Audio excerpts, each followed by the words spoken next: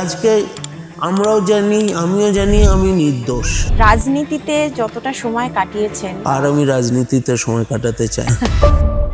আমার রাজনীতিতে আসাটা বলতে পারেন হয়তো একটা ভুলই।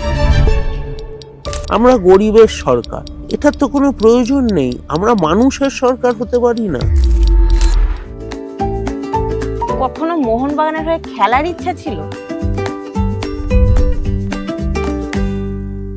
ছুরির ক্ষতটা আমি এখনো হয়তো পুরোটা যায়নি, সেই ক্ষতটা তো থাকবেই। কারণ বাবলুদা যখন রিটায়ার করলো সেই ঘটনা, আমাদের বাড়িতে এসে দুটো লোক ছুরি নিয়ে এসেছিল।